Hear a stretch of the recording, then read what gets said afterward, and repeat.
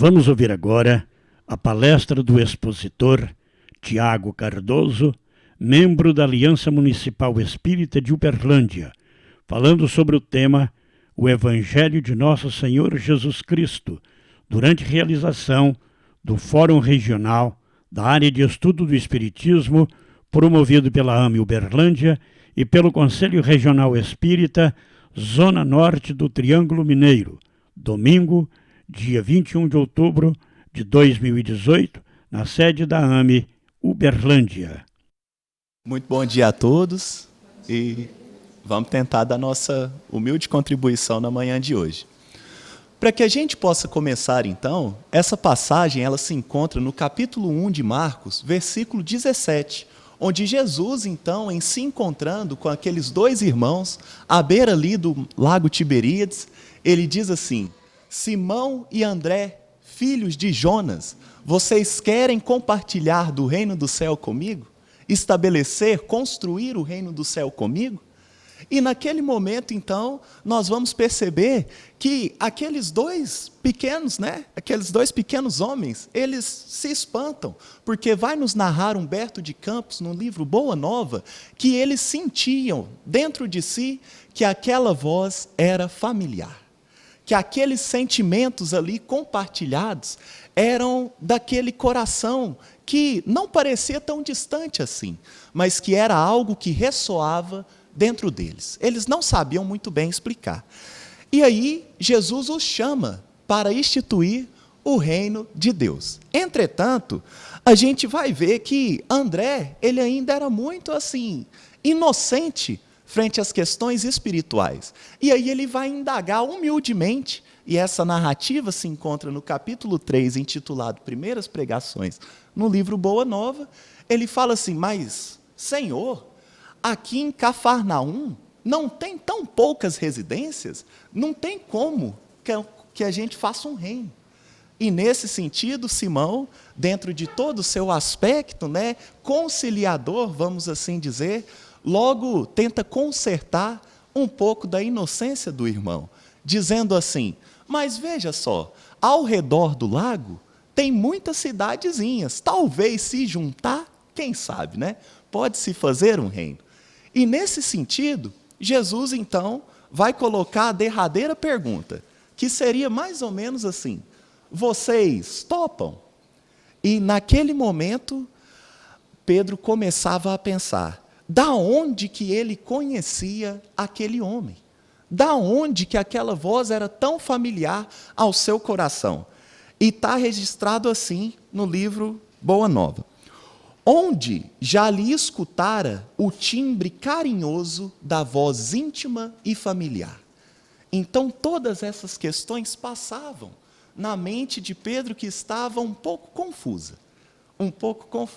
E sem o saber racionalmente o porquê ele e seu irmão aceitam o convite do mestre. E por que eu inicio dizendo isso?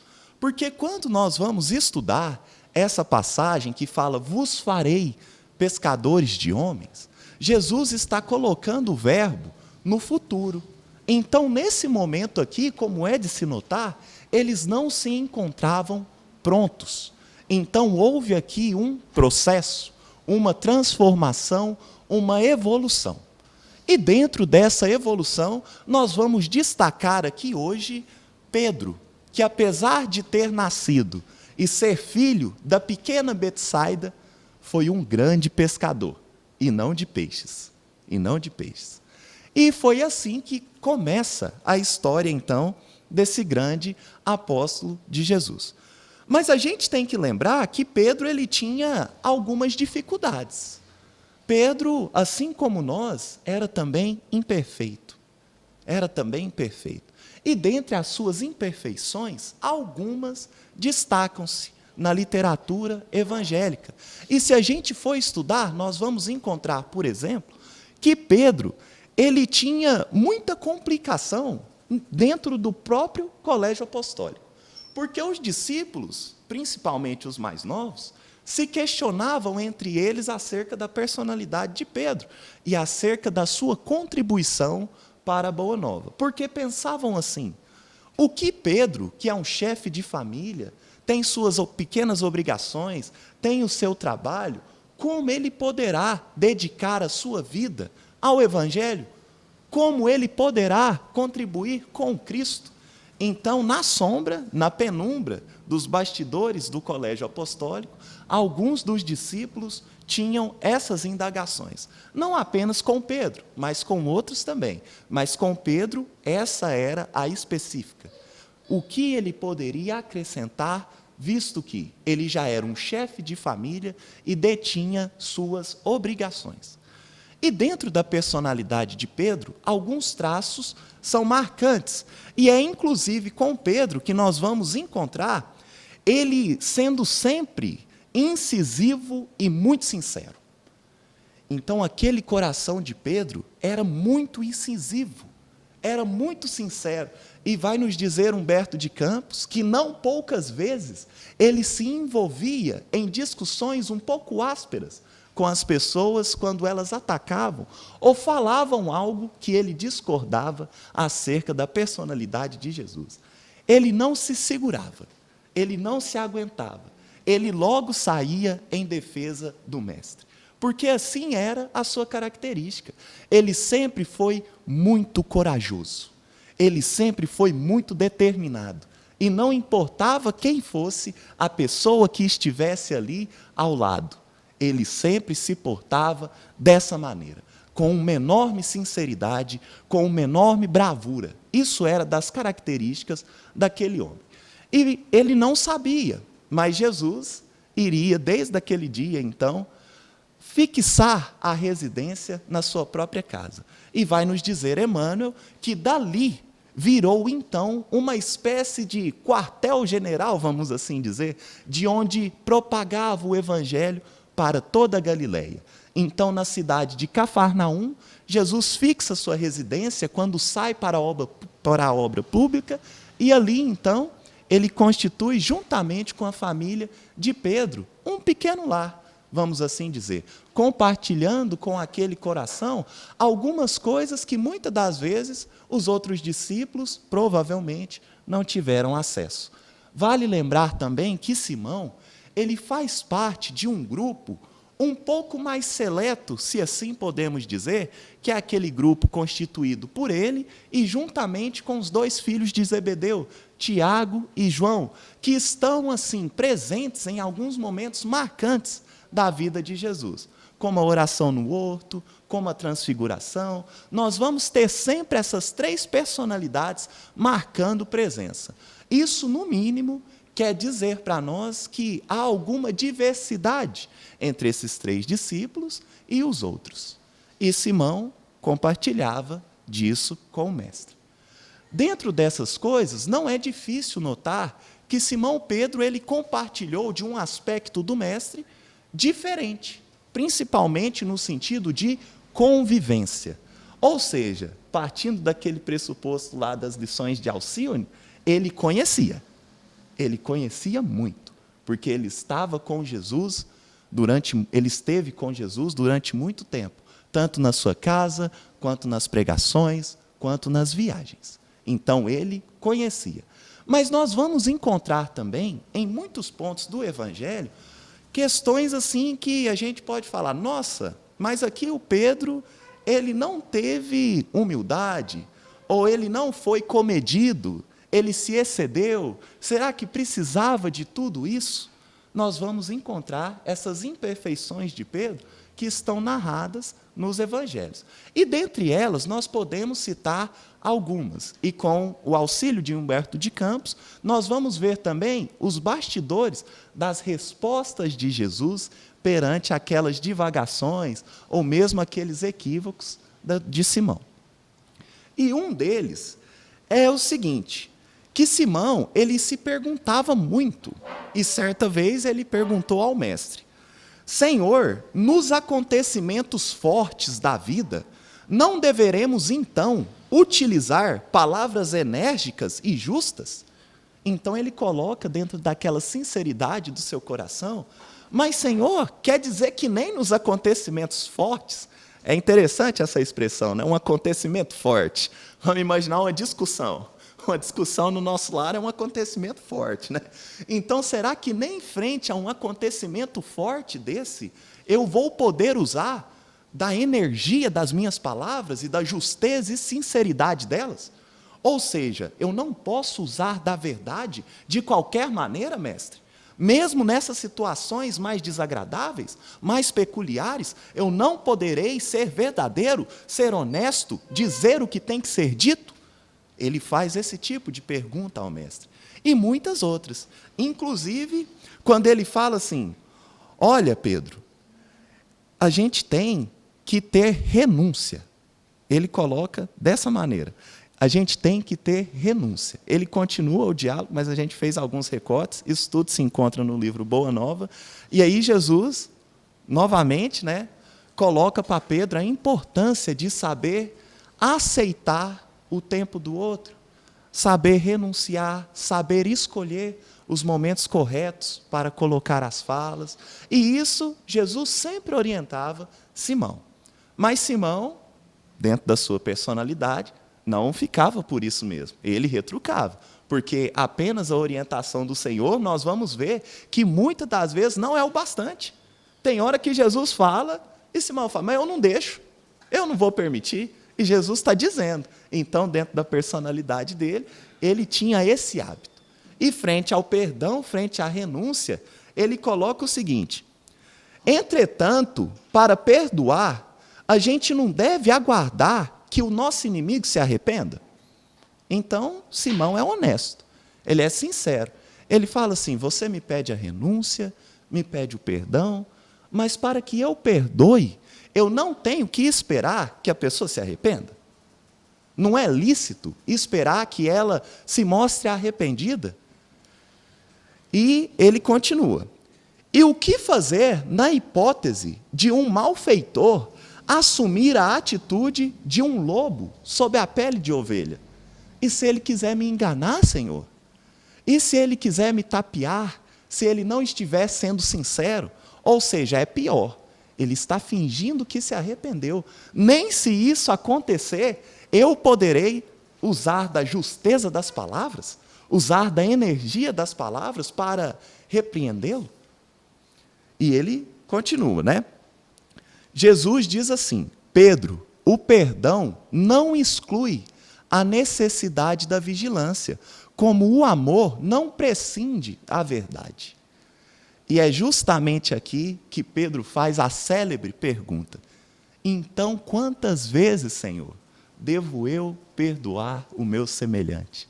E a resposta, todos nós sabemos, não apenas 7, mas 70 vezes 7. Estou pontuando essa questão para que a gente veja que Pedro ele participou de momentos importantíssimos do Evangelho, de lições que nós nos recorremos ainda hoje, frente aos problemas e dificuldades do nosso dia a dia.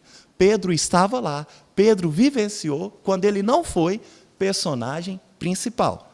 Então, disso que a gente já viu até agora, deu para perceber que Pedro ele tinha uma enorme dificuldade com essa questão da aceitação dos equívocos do outro. E não é por acaso que, dentre o colégio apostólico todo, Pedro foi aquele que maior tinha resistência frente às mulheres. Porque, dentre a lei, à época, as mulheres eram muito mais mal vistas do que hoje. Então, o machismo, outrora, era muito maior.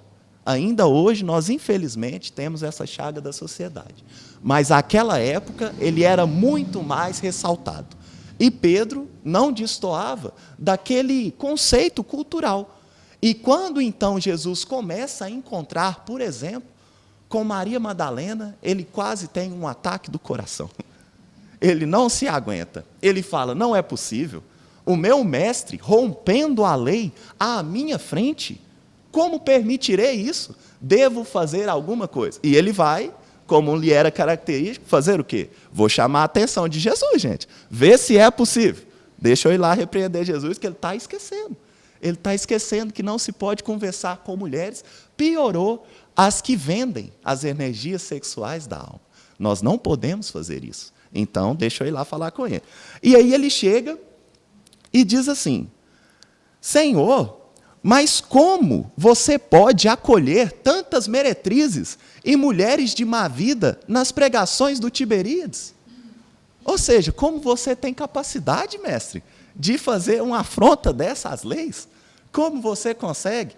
Isso, mais um traço de Pedro. Mas tem outro. Pedro também, ele fala assim: olhe, Senhor, como nós devemos proceder com os amigos que nos pagam com a ingratidão? Como a gente deve proceder com esse tipo de amigo? E aí Jesus responde: o amor verdadeiro, Simão, é sincero e nunca espera recompensas. Mas Pedro não para. Eu estou pontuando um monte de coisa para a gente entender um pouco mais dessa grande personalidade de Pedro e dessa coragem. Porque confrontar Jesus, repreender Jesus, eu não teria essa audácia. Eu ia ficar quietinho. E é por isso, por exemplo, que naquela que nós conhecemos como a Santa Ceia, e aí Jesus está falando, né, sobre a questão mesmo, que iria ser entregue, mas principalmente aquela parte que ele cinge-se e vai lavar os pés dos discípulos. O Pedro fala: mas o meu você não lava. De jeito nenhum, que eu não deixo, eu não admito. Porque se eles admitem esse desrespeito, eu não admito. Enquanto os outros, todo mundo caladinho. Todo mundo caladinho. Então, Pedro, ele é muito audacioso. E é por conta disso também que ele vai repreender Jesus em um outro momento. Momento esse que nós conhecemos como as bodas em Caná da Galileia. Porque de todos os ditos milagres, nós sabemos, com o auxílio do Espiritismo, que milagres não existem, é apenas a lei natural interpretada com mais conhecimento, que nós, a momento, ainda não temos.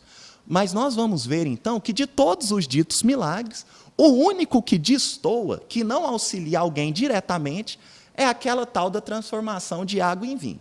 E se eu fiquei com dúvida, Pedro, então, ele foi tirar satisfação com Jesus, porque ele fazia isso.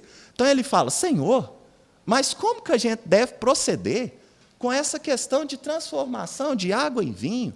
Isso não seria um pouco vulgar? Isso não seria o mais adequado a esse momento? Àquele momento, né? E aí Jesus diz que se o Pedro, né, ele faz uma pergunta, se o Pedro conhecia a alegria de servir a um amigo. Porque o vinho que Jesus estava, juntamente com a festa, né, era um símbolo da união dele com a terra. E para quem gosta de adentrar um pouco mais nos símbolos, assim como o Saulo trouxe para nós, essa questão do relacionamento afetivo entre um homem e uma mulher, principalmente fundamentado num casamento, é uma linguagem simbólica presente em todo o texto bíblico. Então, João vai nos dizer, no livro Apocalipse, que ao final Jesus teria um noivado. E às vezes a gente vê nos filmes, é até um pouco hilário, engraçado, né? Mas mostra assim uma moça casando com Jesus mesmo. E aí eu penso assim: nossa, que espírito é esse, né? Que é capaz de casar com Jesus. Deve ser um espírito assim bastante evoluído, né? Mas não é esse o símbolo. A noiva é a terra. E nós nos casaremos com Jesus quando nós nos relacionarmos intimamente junto dele. Então Jesus explica mais ou menos isso para Simão, mas Simão não se dá satisfeito. Ele continua as suas indagações. E ele fala assim: mas, Senhor, por que razão eu sou obrigado a pescar para prover a subsistência, quando Levi, por exemplo, ganha um bom salário no serviço dos impostos, com a sabedoria só dos livros? Então ele fala assim: poxa, mas eu, mestre, todo dia, de sol a sol, no trabalho rude, no trabalho físico, e o Levi ganha muito mais que eu, e ele fica sentado colhendo impostos. Por que isso? Simão sempre posicionando. Isso são dúvidas que nós também temos. São dúvidas que nós também temos no nosso dia a dia. Por que pessoas ganham tão bem, eu tão mal, e parece que eu trabalho muito mais? Difícil isso. Eu sou professor, gente. Difícil isso. A gente fica um pouco agoniado, né? E aí Jesus responde: Pedro, precisamos não esquecer que o mundo pertence a Deus e que todos somos seus servidores. Os trabalhos variam conforme a capacidade do nosso esforço. Hoje pescas, amanhã pregarás a palavra divina do Evangelho. Todo trabalho honesto é de Deus. Então, como nós podemos ver, Simão, ele tinha inúmeras dificuldades. Ele tinha inúmeras dificuldades, mas ele tinha um traço marcante, que era a sua coragem, a sua sinceridade, sempre pontuando em defesa do mestre. Mas se eu fosse Simão, eu já tinha assim ficado um pouco balançado, porque ele era sempre tão sincero, né? E tudo que ele acreditava parecia que não era o certo. Não sei se dá para perceber, mas tudo que ele tem certeza, ele fala assim: mestre, por exemplo, quando a casa de Zaqueu, como é que você vai ficar andando com esse homem rico, cobrador de impostos? E aí Jesus dá uma nele. Aí ele fala das mulheres, Jesus dá outra nele. Ele fala do perdão, Jesus outra. Toda hora toma uma, toma outra, porque convivia com Jesus. E não era diferente de se esperar. Se eu fosse Pedro, eu tinha ficado balançado. Mas Pedro não. Ele continua resistente, ele não muda sua conduta. Até chegar um dia que o seu coração, ele balança um pouco mais. E por que eu estou colocando isso? Porque se a gente não compreende esse tanto de imperfeição, essa quantidade de pontos a serem trabalhados no coração de um discípulo, como que eu posso me espelhar nele para prosseguir também? Se eu já imagino que de partida ele é perfeito, se eu já imagino que de partida ele tem todas as virtudes espirituais que eu preciso compartilhar, eu não iria conseguir. Mas quando nós temos essa proximidade com os corações que compartilhavam com Jesus os ensinos, nós percebemos que ainda dá, gente. Ainda tem jeito, dá para nós. E nisso, chega um dia, então, que Pedro ele fica mais balançado. Porque aproxima-se um momento em que Jesus vai ser entregue. Jesus já havia avisado a Pedro que era necessário que o Filho do Homem padecesse. E Pedro fala: não vou deixar. E aí vem, naquela simbólica cena, né, que diz muito a nós, Judas, e beija o mestre, e o mestre pergunta: o que queres? E logo vem os soldados romanos. E nesse momento Pedro fala: agora que eu vou mostrar minha maior virtude, que foi sempre a coragem e a defesa do mestre. E aí ele desembainha a espada e tchá, na orelha do soldado. E aí Jesus ele faz um ponto na vida de Pedro nesse momento, que ele diz assim: Pedro, não, embainha a tua espada, que é aquele que com ferro fere, com ferro será ferido. Se eu precisasse de defesa, eu rogaria ao Pai, e uma legião de anjos viriam em prol de mim. Então Pedro fala: nossa, agora eu não sei o que fazer. Porque era assim que eu achava que era o correto de proceder. Sempre em defesa da verdade, da justiça, mesmo na luta armada, se necessário. E agora que eles estão pegando o meu mestre, que conviveu comigo, que compartilhou do recinto familiar, eu não posso fazer nada. E a minha espada, que é o meu instrumento de batalha, Jesus está pedindo para que eu guarde. O que farei? Isso que antes ele já tinha dito, que ele negaria 3 vezes. Ele não tinha acreditado até o momento. Mas depois dessa hora da espada, ele sai um pouco cambaleante. E tanto nos evangelhos quanto no livro Boa Nova, vai nos narrar, então, essa trajetória de Pedro. E fala sempre que ele acompanhava o mestre de longe. Então ele via o mestre sendo carregado. Ele via o mestre pela grade. E aí ele nega uma, ele nega 2, ele nega 3. E quando ele nega a 3ª vez, nos narra Humberto de Campos, que o mestre olha a ele, de longe, de lá da grade. E aí, naquele momento, o seu coração, ele quase para. Ele quase para, porque ele pensa: nossa, eu não estou servindo para nada. Porque se eu, que falei para o mestre, eu fiz um voto com ele, vou te proteger, não vou deixar que isso aconteça. Não soube batalhar, estava batalhando errado quando quis, e agora eu não sirvo nem para prestar testemunho. E aí Humberto de Campos vai nos dizer, resumidamente, o que pairava naquela consciência àquele momento. E ele diz assim: vítima de indizível remorso, o apóstolo retirou-se, envergonhado de si mesmo.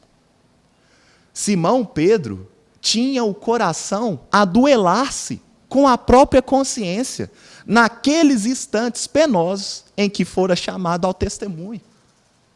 Porque tudo estava balançando.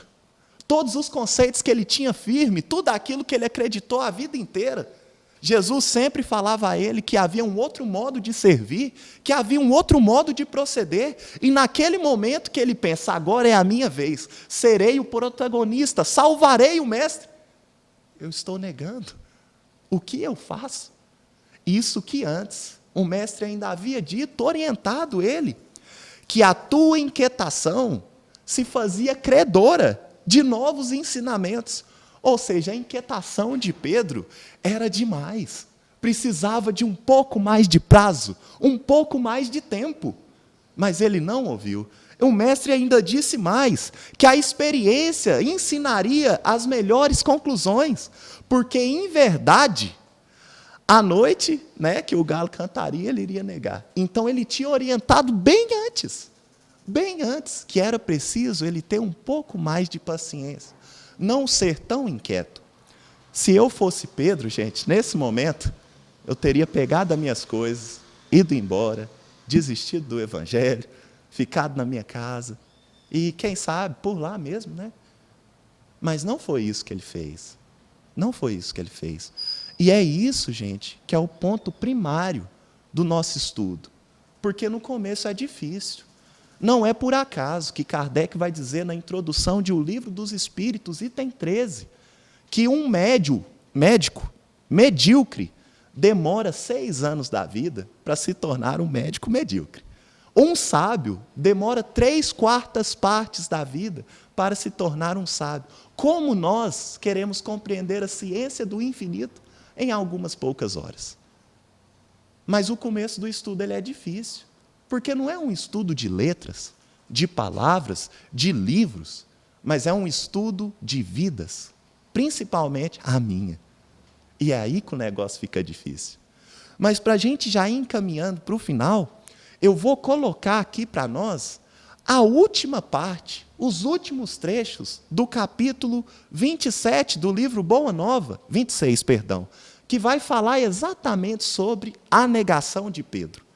Vamos ver o que aconteceu, porque o bom do espiritismo é isso, gente. É como se fosse um filme. Os espíritos, através das psicografias, trazem para nós os bastidores. O que aconteceu atrás das câmeras. Nós pegamos só as cenas principais com os evangelistas. São muito importantes, mas no contexto fica bem melhor. Dando alguns passos, alcançou os muros exteriores, onde se deteve a chorar amargamente. Então Pedro chorou, gente. Aquela dureza daquele coração, por um momento, foi quebrado. Por um momento, foi balançado. Ele fraquejou, mas foi uma fraquejada boa. Foi uma fraquejada boa. Fraquejou talvez a sua vaidade, o seu orgulho, a sua autoestima. Ele deu uma balançada. E nisso, ele que fora sempre homem ríspido e resoluto, que condenara invariavelmente os transviados da verdade e do bem, que nunca conseguira perdoar as mulheres mais infelizes, ali se encontrava agora abatido como uma criança em face da sua própria falta. Então ele foi para um cantinho, gente, ajoelhar e chorar. Ele foi para um cantinho, porque errou. Errou conhecendo o Mestre, errou conhecendo do seu amor, conhecendo da sua afeição. O Pedro, a base da casa do caminho, chorou, num canto, agachado. Olha que forte, gente. O Evangelho é isso, é o sentimento que pulsa. E continua a narrativa. Começava a entender agora a razão de certas experiências dolorosas de seus irmãos em humanidade. Ou seja, ele começou a entender, a engatear na compreensão que os outros têm o direito de errar, se eles assim quiserem, com o seu livre-arbítrio. Ele começou a compreender isso. Ele começou a firmar isso no seu coração, porque até então ele se encontrava como um juiz. e não como um amigo. Ele se encontrava como alguém que julga. E quantas vezes nós fazemos isso? Mas não é tempo de encontrar culpados, pessoal. Todos nós andamos feridos. Não é tempo de encontrar culpados. É tempo de fazer amigos. Foi isso que ele começou a compreender. Foi isso que ele começou a perceber num momento de amargura extrema, de tristeza profunda. E continua. Em seu espírito, como que se desabrochava uma fonte de novas considerações pelos infortunados da vida. Desejava ansiosamente ajoelhar-se ante o Mestre e suplicar-lhe o perdão da sua queda dolorosa. Então ele queria se posicionar de frente a Jesus, ajoelhar e falar: desculpa, Mestre, perdão. Mas como fazer isso? O Mestre estava cercado de soldados romanos, ele já havia saído, ele estava longe, como é que ele ia? Eles não iriam deixar. E naquele sentimento profundo, o coração dele se despedaçava, porque ele sabia que não teria a oportunidade de encontrar com o Mestre para pedir perdão. Pelo véu das lágrimas que se lhe obscurecia os olhos, Simão Pedro experimentou então uma visão que foi consoladora e generosa.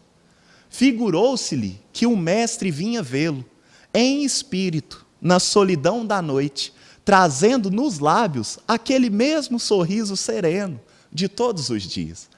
E aqui Pedro desaba a chorar, porque é muito fácil quando nós cometemos erros e alguém vem nos punir. Alguém vem nos dar um castigo, você fala: ufa, tô quite, que eu fiz errado, fui castigado, matou. Mas e quando você erra e a pessoa vem sorrindo? A pessoa vem te amando. O que você faz? Você não faz, você chora.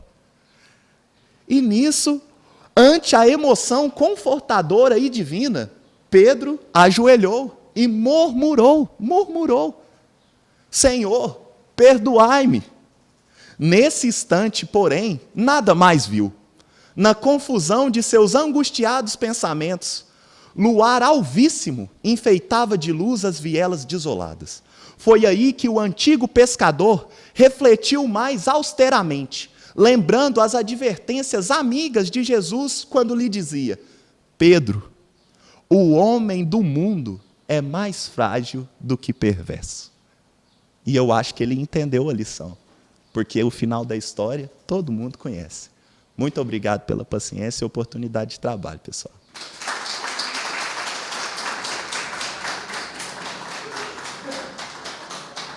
Acabamos de ouvir o expositor Tiago Cardoso abordando o tema: o Evangelho de Nosso Senhor Jesus Cristo.